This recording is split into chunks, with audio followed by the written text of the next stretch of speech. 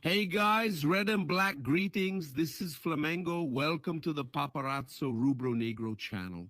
If you're just arriving, I invite you to follow, like, and share on all platforms. If you're on YouTube, I invite you to subscribe down below, turn on notifications by clicking the bell, and leave that awesome like on the video. We're here with Otinho in my arms trying to record today. I'm here for you, don't cry. Son, that's just Flamengo. No, son, no. Trying to record here, look, once Flamengo, always Flamengo, Flamengo, always. I will always be. It's my greatest pleasure to see you shine, whether on land or at sea.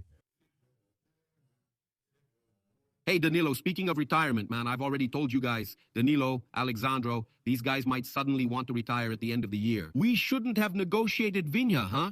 We shouldn't have let our guard down either, right? For River Plate, it's because Danilo has already talked about retiring soon, and Alexandro too. I don't know, guys, that's just the way I think. I wouldn't let that happen. I'm also going to talk about the unfairness with Felipe Luis, man. They're already being unfair to Felipe Luis. That's messed up. Are they already saying he's not good enough? Everything and everything else is overrated. And the entire São Paulo press chose Paquetá and Felipe Luis to attack. They're choosing Paquetá and Felipe Luis to attack. That's a shame, man. That's intentional. That's targeted. They agree among themselves. Okay, that's coordinated in the São Paulo press, and I'm going to accuse them for real. All of them there, the regionalists, all from São Paulo, a bunch of them, it's a whole bunch. All of them. Attacking Flamengo, saying, complaining about things, attacking Paquetá, attacking BAP, attacking Flamengo's money, now attacking Felipe too. All of this is targeted. All of this is intentional. This is all an attempt to attack Flamengo and mess with their heads. They won't succeed. Once Flamengo is back, no one will stop them. Paquetá called him mediocre and a nobody. Man, it's not just him. It's a crowd of jealous people attacking Flamengo. Now they're attacking Felipe Luis again, acting like Felipe Luis isn't all that, and so on. Guys, look, just be prepared. We're going to need it, right? Give these guys a reality check because they have microphones, right? In fact, they really like to grab the microphone. They have microphones. They're at the disposal of the press, the São Paulo media. They have microphones available, but so do we. Okay, it's here, but it stays because I don't like holding the microphone. It's here, it's there, it's here. So we have to counter these big absurdities they're doing. This is orchestrated against Flamengo, okay? We're seeing everything. We're watching everything. You guys from the São Paulo media now attacking Felipe Luis, they're attacking Paquetá. Whenever you see any situation where the São Paulo media is attacking them, you can go there and comment. You can go off in the comments, send it to your WhatsApp groups. And it's not about giving those guys a voice. No, send it and go after them. That's the reality, okay? I'm really upset, so I'm bringing it up now. A situation here. Look, I saw Simon Ledo from Kelowna reacting. Let's see here, man. Check this out. And I'm going to talk about Arson's situation too, okay? I'll talk about the refereeing and also about video assistant referee because he's a Pinocchio, that guy. Wilton Pereira Sampaio lied in the match report. When he talked about Jorginho, Jorginho didn't curse or attack him at any moment. Jorginho didn't curse. We have here a lip reading by Gustavo Machado, He ends up destroying all of them before, including those referees. The guy sent Jorginho off unfairly. He didn't do anything. He just spoke. This is a shame. I'm going to show you. But first, I want to talk about this situation here with the journalist. There next to PVC, she was even defended by PVC, who accused Lucas Paquetá and said he's not innocent. Check out this journalist's statement about Lucas Paquetá. No, he wasn't cleared. Let me correct you. He wasn't cleared, just to clarify. There wasn't enough evidence to incriminate. There wasn't enough evidence to incriminate him. Paulista hometown journalist, obviously, right? Those people from the Paulista media are so innocent. But he wasn't acquitted. We didn't see all the. If there was no evidence, he's innocent, but he wasn't acquitted. Yeah, she's still here. We haven't seen all the evidence. Yeah, so he's not innocent, is he? Yeah, go ahead, Simon Lido. Let's avoid nonsense, especially on live television to a large audience. I ask, who was judged? So how can someone who is not guilty not be innocent if she already condemned him? There's something called the presumption of innocence. Until proven otherwise, everyone... Perfectly. In Paquetá's case, nothing has been proven. The man, he is innocent. But the hatred for Flamengo, the desire to see things go wrong, and the envy towards Paquetá make people stop thinking rationally. And people who are already not good at their own profession still try to judge, to sit in a judge's chair for a role they've never studied for. They embarrass themselves on television like this. What's another desperate phrase from someone jealous their whole life? You've probably seen it. Comment below. Let's talk. All of them they're exactly insanely jealous. All of them, oh, Simon, they're insanely jealous and they're attacking. Not just Paquetá, but also Felipe Luis and Flamengo, and it's going to be a war. This year, it's going to be a war. Flamengo fans have to stand by Flamengo in defeat and in victory. You can criticize, yes, but you have to stand by Flamengo in defeat and in victory. That's the reality. I went over there to check on Otinho, since Otinho is sleeping now, and I took the opportunity to record, right? That's it, man, son, that's it. Today, I'm with him, right? As you saw at the start, I'm with Otto, so let's go. We have more situations here to talk to you about, these big absurd things that are happening. And now we're going to talk about the refereeing, right? About Pinocchio, the guy who wrote in the match report what really wasn't there. It's a shame, right? What happened is, and we can tell, right? What guy, man?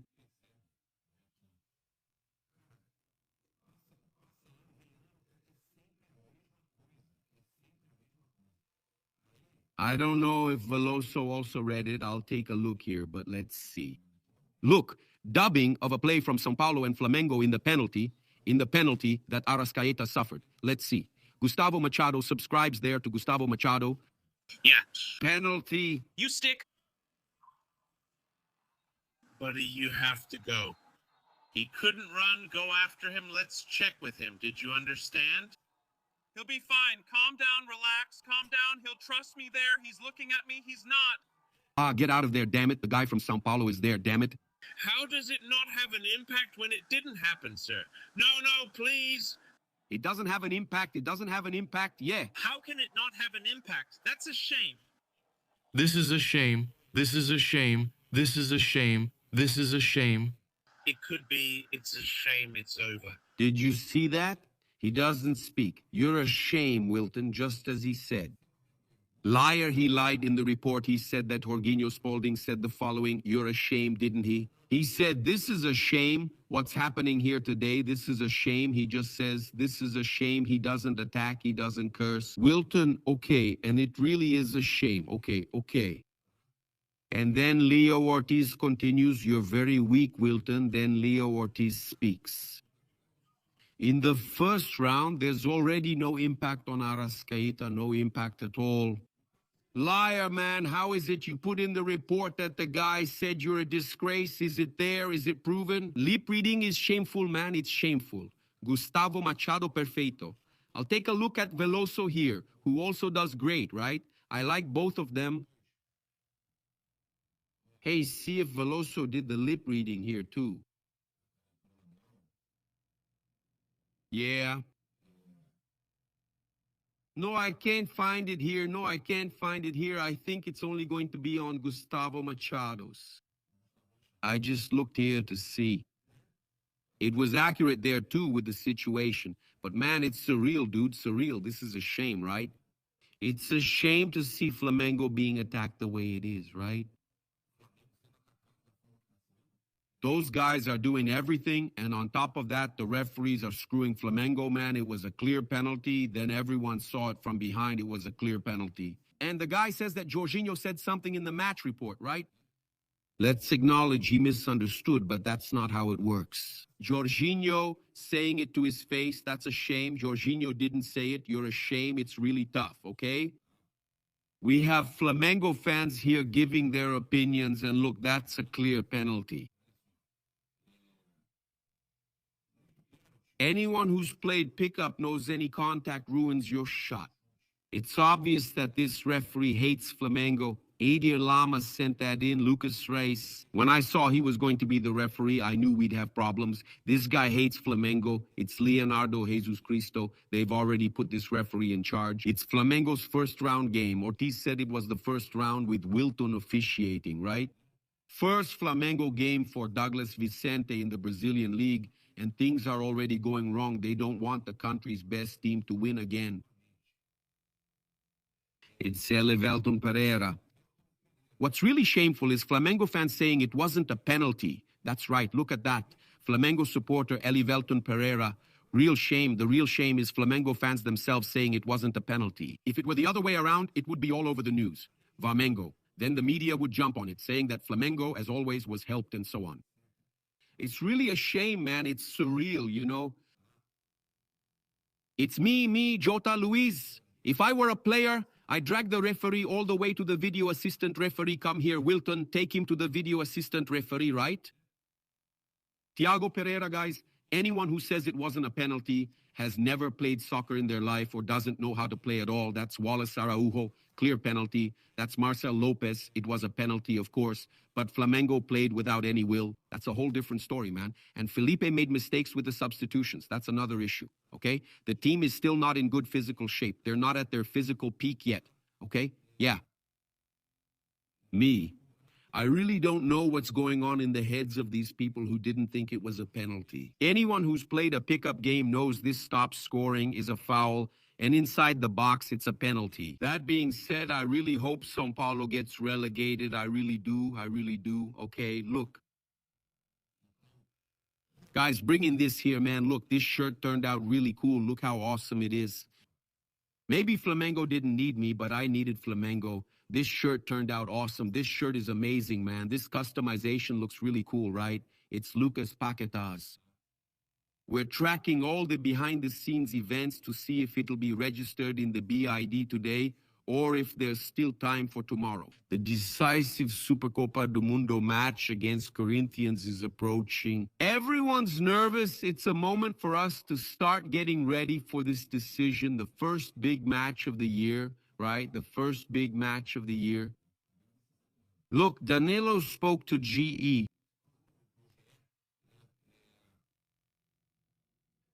Perfect. I'm just going to talk to my crew here. Perfect is like a remix.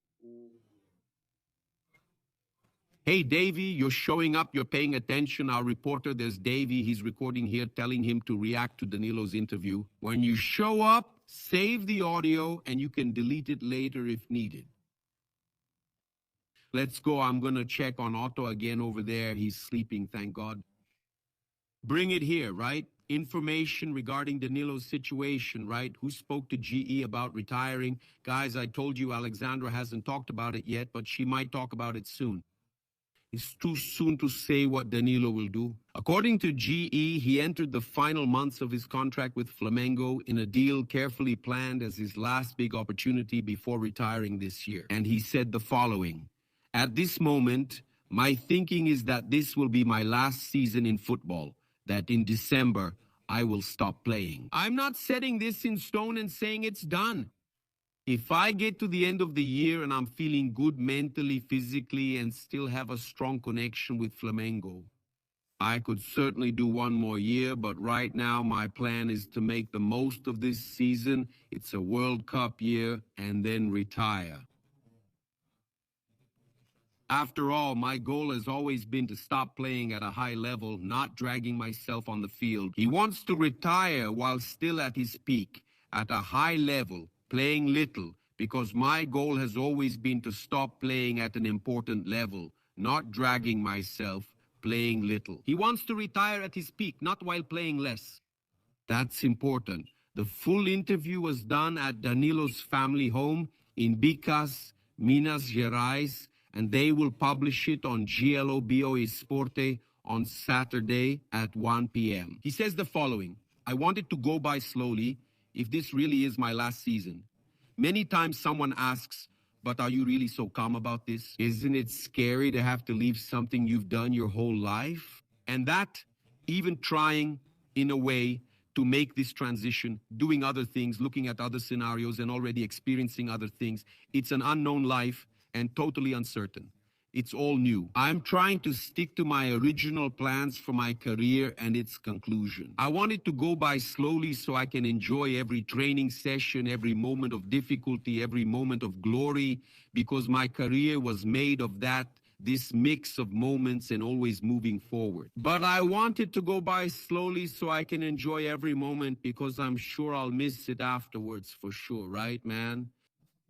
He's another top player like Danilo. Before signing with Flamengo, Danilo received offers from European clubs, which included a period as a player and a position as an executive. Then Juventus already signaled to him the possibility of returning, but still without a defined role. The Italians have been monitoring the situation, especially with the recent changes in management and coaching staff, which have brought the defender closer to Juve after his troubled departure. Staying at Flamengo is also an option. Currently, all options remain open. Danilo might stay at Flamengo to assist Felipe Luis or move to Juventus. Juventus is interested in this transition, having Danilo working at the club.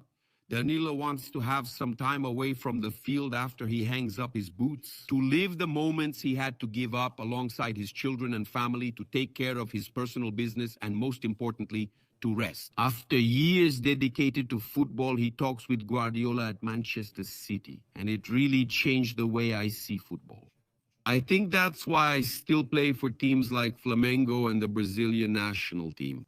If I relied only on my physical ability and the imposed play style, I probably wouldn't be playing at this level. Guardiola helped me greatly to think about the game, spaces, timing of passes, and movement. And that's something I pass on to my teammates, and I help a lot and think about soccer in a very similar way. He says, I help a lot. Obviously, I don't overstep the coaching staff, but I help when I can, when I'm called on as well. I love being on the field, the strategy, movements, and all of it. So Danilo has a hand in the player's part, heading in the attack and everything else, the offensive part. But when I stop playing, I need to rest. I still dedicate myself a lot. I've always dedicated myself a lot. And nowadays, I need more and more time to rest from the field. It's impossible to do what Felipe did. He stopped in December and was already working by February. I don't see myself on the field because of that, but there are many other roles in football I can pursue. I've already spoken with clubs and institutions about continuing to work. But I also want to live in other ways. I want to live a life completely apart from football to have that experience. So there will be an interview on GLOBO Esporte on Saturday. That's right, GLOBO Esporte on Saturday at 1 p.m. so we can watch his interview, giving credit because they were the ones who talked to Danilo. He's already discussing retiring at year's end and possibly returning to Juventus. He might remain at Flamengo or possibly return to Juventus. We discussed yesterday how Paquetá could fit in at Flamengo. He said he'll play wherever there's a chance, wants to play, and wants to help. Look, I set it aside here.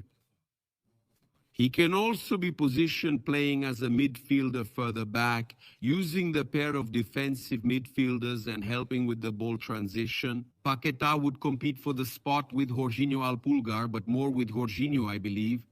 De La Cruz, Everton, Araujo, and Saul are the current backups for the position. So Flamengo has a lot of options now. There's Allen, even though the fans want him to be transferred and all that, but there's a big possibility. So we have him able to play in midfield. He can play on the wings. He can play as a false nine. Flamengo has many options.